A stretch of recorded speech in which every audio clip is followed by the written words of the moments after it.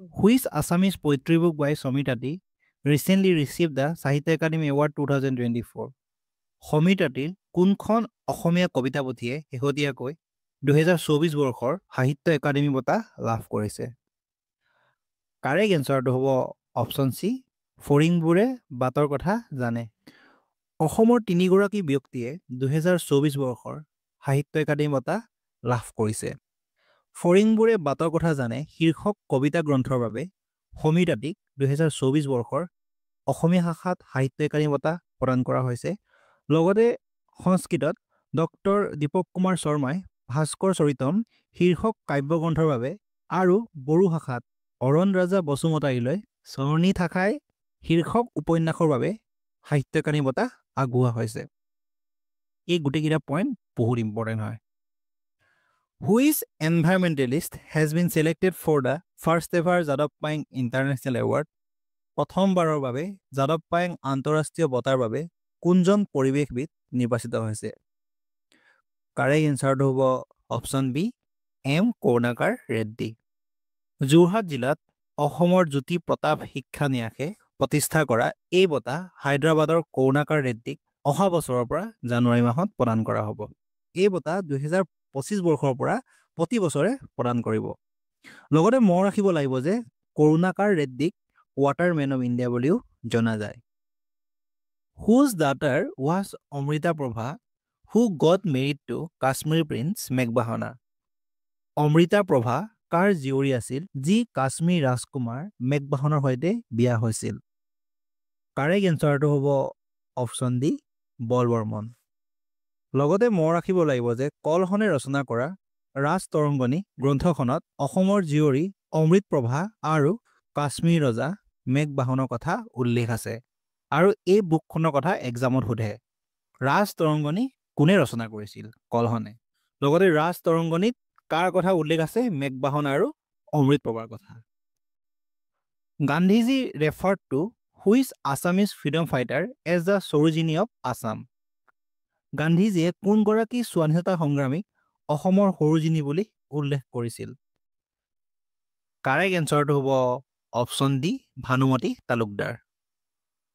Who was the first Assamese to be appointed as the director of the National Book Trust? ৰাষ্ট্ৰীয় গ্ৰন্থ ন্যাসৰ সঞ্চালক হিচাপে নিযুক্তি পোৱা প্ৰথম অসমীয়া কোন? কাৰেক্ট এনচাৰটো হ'ব অপশ্যন বি, ৰীতা চৌধুৰী। 2015 চনত তেওঁ নেশ্যনেল বুক ট্ৰাষ্টৰ অধ্যক্ষ হিচাপে নিযুক্তি দিছিল। লগতে মনত ৰাখিব লাগিব যে অবিৰত যাত্ৰা হ'ল তেখেতে ৰচনা কৰা প্ৰথমখন উপন্যাস আৰু এই উপন্যাসখন তেখেতে 1981ত ৰচনা কৰিছিল।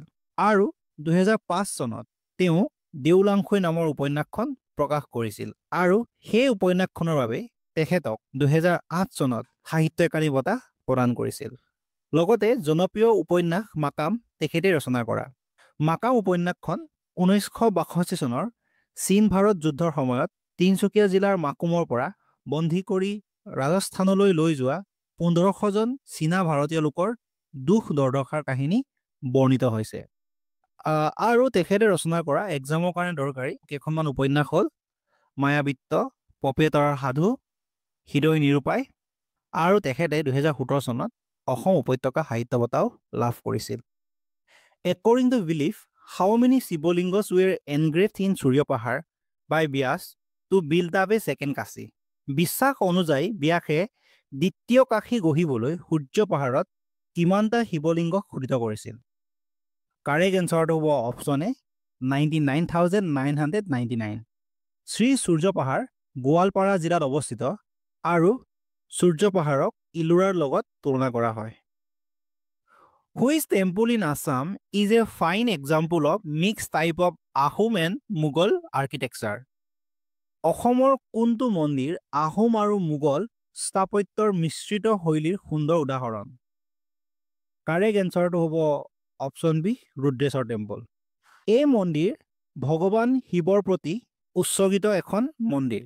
1749ত আহোম স্বৰ্গদেউ প্ৰমত্ত সিংহই পিতৃ ৰুদ্ৰসিংহৰ স্মৃতিত এই মন্দিৰ নিৰ্মাণ কৰিছিল। এই মন্দিৰ উত্তৰ গুৱাহাটীত অৱস্থিত। Homen Borgohain won the Sahitya Academy Award in 1978 for which of the following novels? Homen Borgohain 1978 চনত তলৰ কোনখন উপন্যাসৰ বাবে সাহিত্য একাডেমী বঁটা লাভ কৰিছিল? কাৰেক্ট এনচাৰটো হ'ব অপশ্যন বি পিতা পুত্ৰ। তেখেতে ৰচনা কৰা গুৰুত্বপূৰ্ণ উপন্যাসসমূহ হ'ল হালধীয়া চৰাই বাওধান খায়, তিমিৰ তীৰ্থ, অস্তৰাগ, মৎস্যগন্ধা, সাউদৰ পুতেকে নাও মেলি যায়। ইয়াৰে অস্তৰাগ বহুত ইম্পৰ্টেণ্ট উপন্যাস হয়, এক্সামত বহুতবাৰ অহা দেখা গৈছে, APSC এক্সামতো আহিছে। আৰু হোমেন বৰগোহাঁই ৰচনা কৰা একমাত্ৰ কবিতা সংকলনটো হ'ল হৈমন্তী। আৰু তেওঁৰ আত্মজীৱনীমূলক গ্ৰন্থসমূহ হৈছে আত্মানুসন্ধান, মোৰ সাংবাদিক জীৱন, ধুমুহা আৰু ৰামধেনু, মোৰ হৃদয় এখন যুদ্ধক্ষেত্ৰ। এই আত্মজীৱনীমূলক গ্ৰন্থসমূহ এক্সামত আহে, লগতে পিতা পুত্ৰ, অস্তৰাগ এইকেইখন বুকো এক্সামৰ কাৰণে বহুত দৰকাৰী হয়। হু ৰোট দৰং ৰাজবংশাৱলী? দৰং ৰাজবংশাৱলী কোনে ৰচনা কৰিছিল? কাৰেক্ট এনচাৰটো হ'ব অপশ্যন ডি সূৰ্যখৰি দৈৱজ্ঞ। কোচ ৰজাসকলৰ দৰঙী শাখাৰ সমুদ্ৰ নাৰায়ণৰ নিৰ্দেশত বলদেৱ সূৰ্যখৰি দৈৱজ্ঞই দৰং ৰাজবংশাৱলী গ্ৰন্থখন ৰচনা কৰিছিল। Which temple was build during the Salastambha dynasty? Salastambha সাম্ৰাজ্যৰ সময়ত কোনটো মন্দিৰ নিৰ্মাণ কৰা হৈছিল? কাৰেক্ট এনচাৰটো হ'ব option D Mahabhairab temple. Who is known as the architect of modern Assam? আধুনিক অসমৰ আৰ্হি নিৰ্মাতা বুলি কাক জনা যায়? কাৰেক্ট এনচাৰটো হ'ব অপশ্যন ডি ৰাধা গোবিন্দ বৰুৱা। তেওঁক লায়ন মেন অৱ আছাম বুলি জনা যায়, মানে সিংহ পুৰুষ বুলি জনা যায়। তেওঁৰ একক প্ৰচেষ্টাতে গুৱাহাটী চাহ নিলাম কেন্দ্ৰ স্থাপন হৈছিল। তেওঁ গুৱাহাটীৰ প্ৰথমগৰাকী মেয়ৰ হিচাপেও কাৰ্যনিৰ্বাহ কৰিছিল। আৰু তেওঁৱেই দ্য আছাম ট্ৰিবিউন বাতৰি কাকত গোষ্ঠীৰ জন্মদাতা। তেওঁ আছাম ফ্লাইং ক্লাবো আৰম্ভ কৰিছিলে, আৰু তেওঁৰ লিডাৰশ্বিপতে নেহেৰু ষ্টেডিয়াম গঢ়ি উঠিছিল। In which year the first Saraighat bridge in Guwahati was constructed? গুৱাহাটীৰ প্ৰথম শৰাইঘাট দলংখন কিমান চনত নিৰ্মাণ কৰা হৈছিল? কাৰেক্ট এনচাৰটো হ'ব অপশ্যন চি 1962 চনত। শৰাইঘাট দলং হৈছে ব্ৰহ্মপুত্ৰৰ ওপৰত নিৰ্মিত প্ৰথমখন ৰেল পথযুক্ত দলং। লগতে মনত ৰাখিব লাগিব যে ধলাশদিয়া দলংখন তিনিচুকীয়া জিলাত অৱস্থিত, আৰু লোহিত নদীৰ ওপৰত নিৰ্মিত এই দলংখন ধলা আৰু শদিয়াক সংযোগ কৰিছে। 2017 চনৰ 26 মে তাৰিখে ভাৰতৰ প্ৰধানমন্ত্ৰী নৰেন্দ্ৰ মোদী ডাঙৰীয়াই এই দলংখন আনুষ্ঠানিকভাৱে মুকলি কৰে। ভূপেন হাজৰিকাৰ স্মৃতিত এই দলংখনৰ নাম ভূপেন হাজৰিকা সেতু নামেৰে নামাকৰণ কৰা হৈছে। আৰু এই দলংখনৰ দৈৰ্ঘ্য হৈছে 9.15 কিলোমিটাৰ। লগতে বগীবিল দলংখনে ডিব্ৰুগড় আৰু ধেমাজিৰ মাজত সংযোগ স্থাপন কৰিছে। আৰু ৰেল আৰু পথ যোগাযোগ ব্যৱস্থা থকা ভাৰতৰ যিকোনো নদীৰ ওপৰত নিৰ্মিত দলঙৰ ভিতৰত এই দলংখনে আটাইতকৈ দীৰ্ঘতম দলং। মানে বগীবিল ব্ৰিজ হৈছে longest rail cum road bridge in India. What is the length of national waterway 2 of the Brahmaputra river which connect Dhubri to Sadiya? Dhubri আৰু শদিয়া সংযোগী ব্ৰহ্মপুত্ৰ নদীৰ ৰাষ্ট্ৰীয় জলপথ 2ৰ দৈৰ্ঘ্য কিমান? কাৰেক্ট এনচাৰটো হ'ব অপশ্যন এ 891 কিলোমিটাৰ। এই কুৱেশ্যনটো ইম্পৰ্টেণ্ট আছে। Which Satradhikar was humiliated in the royal court of Rudrasingha? ৰুদ্ৰসিংহৰ ৰাজসভাত কোনজন মোৱামৰীয়া সত্ৰাধিকাৰক অপমান কৰা হৈছিল? কাৰেক্ট এনচাৰটো হ'ব option C Chaturbhujdev Mahanta. Which place in Assam is famous for the Bareshahariya Bhaona festival? Bareshahariya Bhaona উৎসৱৰ বাবে অসমৰ কোনখন ঠাই বিখ্যাত? কাৰেক্ট এনচাৰটো হ'ব অপশ্যন চি জামুগুৰিহাট। জামুগুৰিহাট শোণিতপুৰ জিলাত অৱস্থিত। Ek Sharan Naam Dharma was established by Srimanta Sankardev during which king's time? কোনগৰাকী ৰজাৰ দিনত মহাপুৰুষ শংকৰদেৱে এক শৰণ নাম ধৰ্ম প্ৰতিষ্ঠা কৰিছিল? কাৰেক্ট এনচাৰটো হ'ব option B Naranarayan. Jatinga famous for mass suicide of migratory birds is located in which of the following district? পৰিভ্ৰমী চৰাইৰ আত্মহত্যাৰ বাবে বিখ্যাত জাতিংগা কোনখন জিলাত অৱস্থিত? কাৰেক্ট এনচাৰটো হ'ব অপশ্যন ডি ডিমা হাছাও জিলাত। জাতিংগা অসমৰ ডিমা হাছাও জিলাৰ অন্তৰ্গত এখন গাঁও, আৰু এই ঠাই পৰিভ্ৰমী চৰাইৰ আত্মহননৰ কেন্দ্ৰৰূপে জনা যায়। আচলতে জনা গৈছে যে পক্ষীসমূহ পোহৰৰ উৎসসমূহৰ প্ৰতি আকৰ্ষিত হয় আৰু মাটিত নমা সময়ত গাঁওবাসীয়ে হত্যা কৰে। Whom Bhaskar Barman sent as ambassador to Harshvardhan? Bhaskar বৰ্মনে হৰ্ষবৰ্ধনলৈ ৰাষ্ট্ৰদূত হিচাপে কাক পঠাইছিল? কাৰেক্ট এনচাৰটো হ'ব option D Hangsabeg. What sport is Ahatguri in Assam most famous for? অসমৰ আহতগুৰি কি খেলৰ বাবে বেছি বিখ্যাত? কাৰেক্ট এনচাৰটো হ'ব option A buffalo fighting.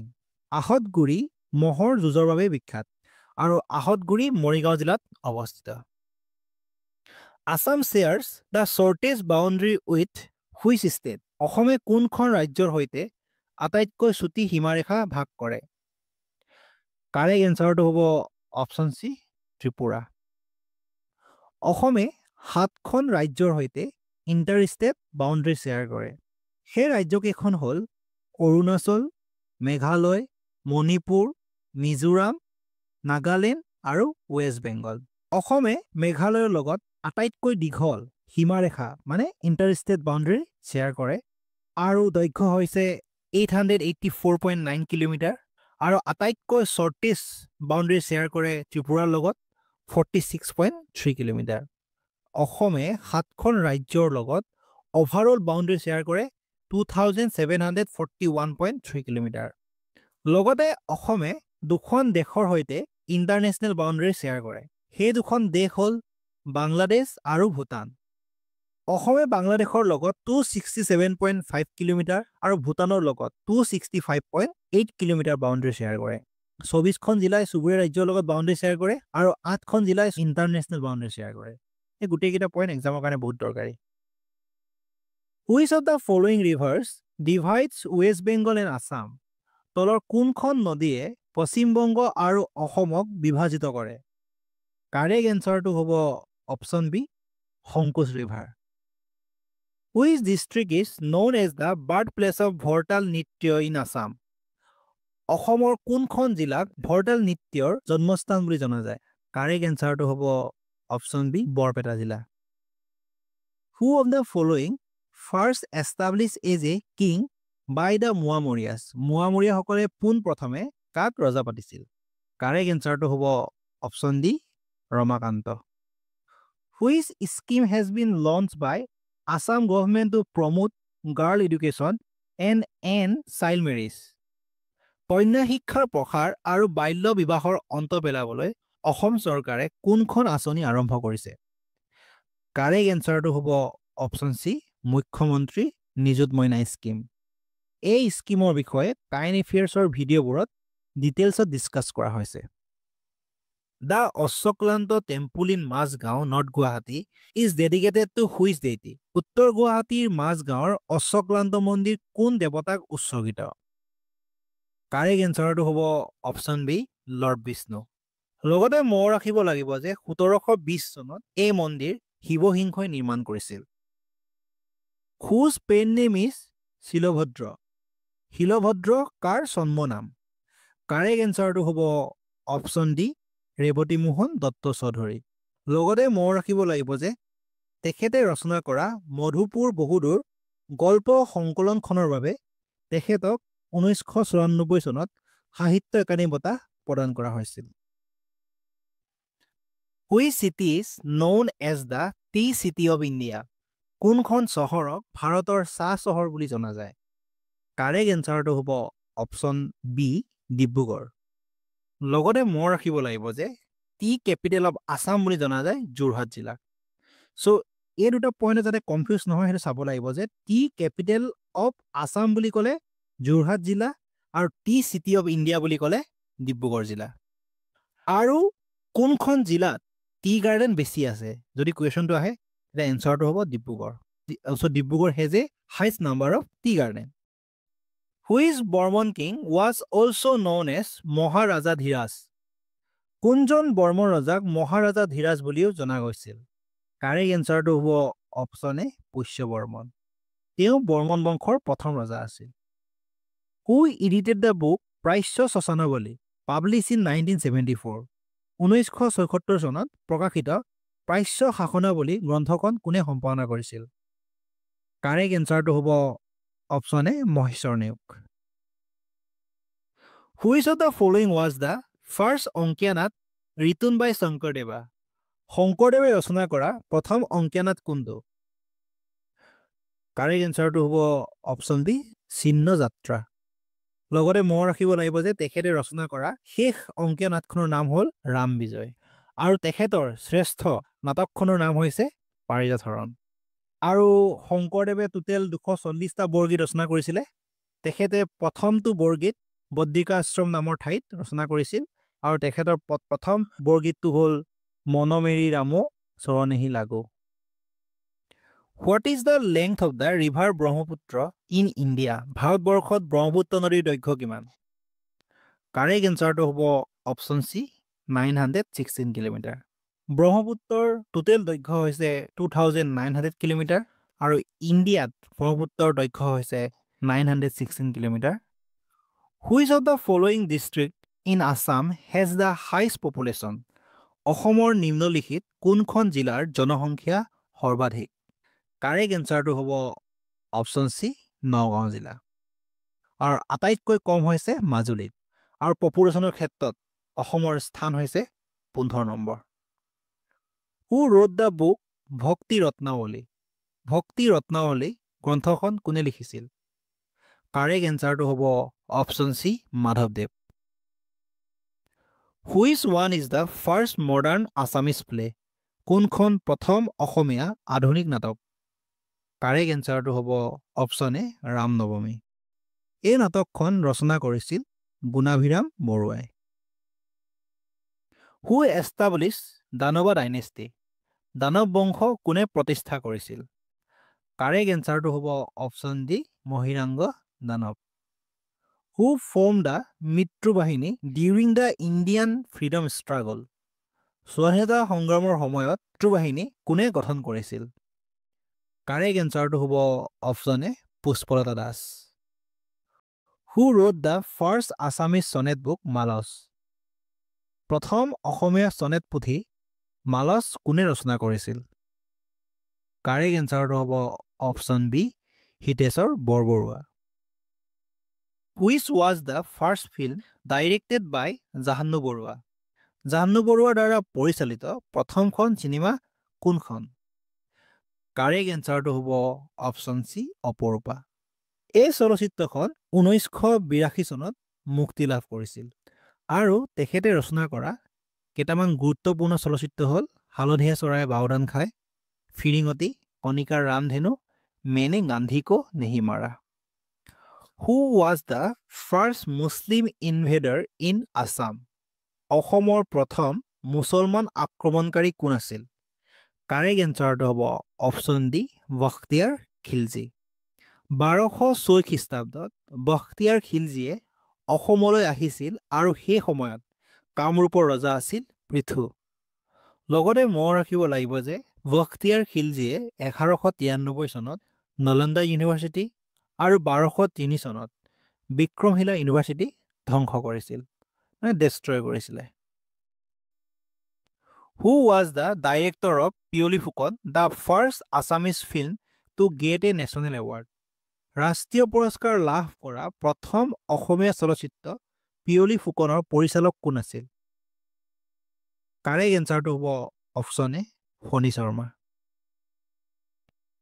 Who is also known as the father of ভ্ৰাম্যমান or mobile theatre of Assam? অসমৰ ভ্ৰাম্যমান আৰু ভ্ৰাম্যমান থিয়েটাৰৰ পিতৃ বুলি কাক জনা যায়? কাৰেক্ট এনচাৰটো হ'ব option B Achyut Lahkar. Which Sattarikar was murdered during the reign of Churampa Bhogarajah?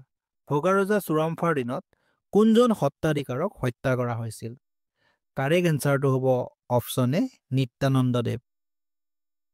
Who among the following was the teacher of Srimanta Sankardev? Srimanta শংকৰদেৱৰ শিক্ষাগুৰু কোন আছিল? কাৰেক্ট এনচাৰটো হ'ব option A Mahendra Kandali.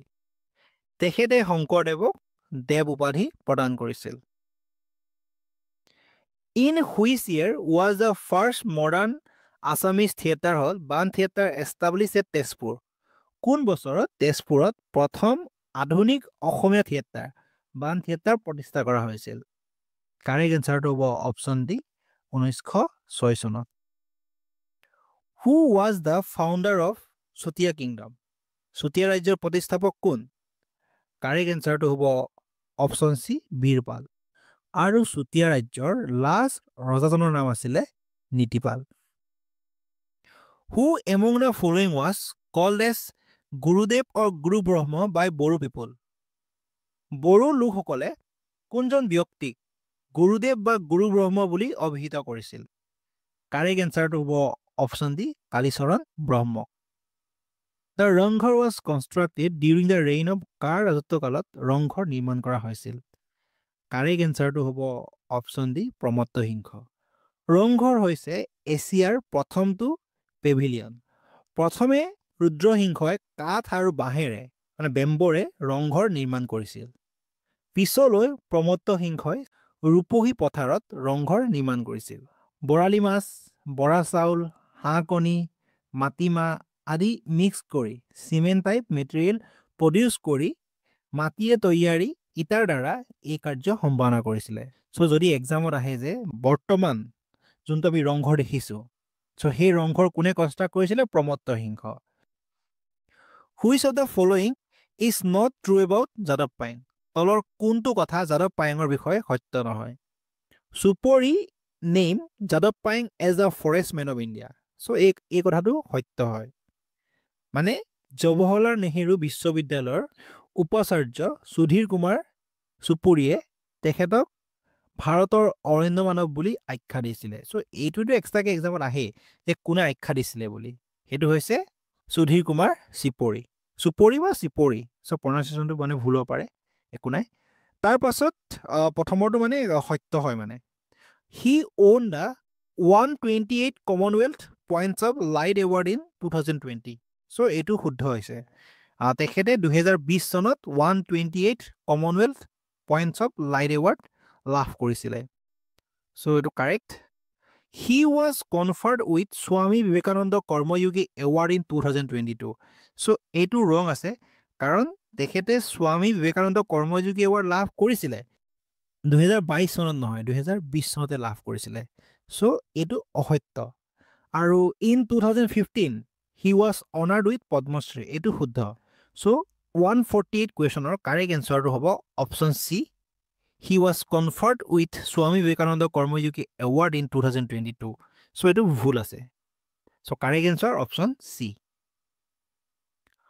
Which of the following is not a ট্ৰিবিউটৰী অফ বৰাক ৰিভাৰ তলৰ কোনখন বৰাক নদীৰ উপনৈ নহয় চ' কাৰেক্ট এনচাৰটো হ'ব option D Raidak which was the first Assamese language magazine অসমীয়া ভাষাৰ প্ৰথম আলোচনীখন কোনখন কাৰেক্ট এনচাৰটো হ'ব অপশ্যন চি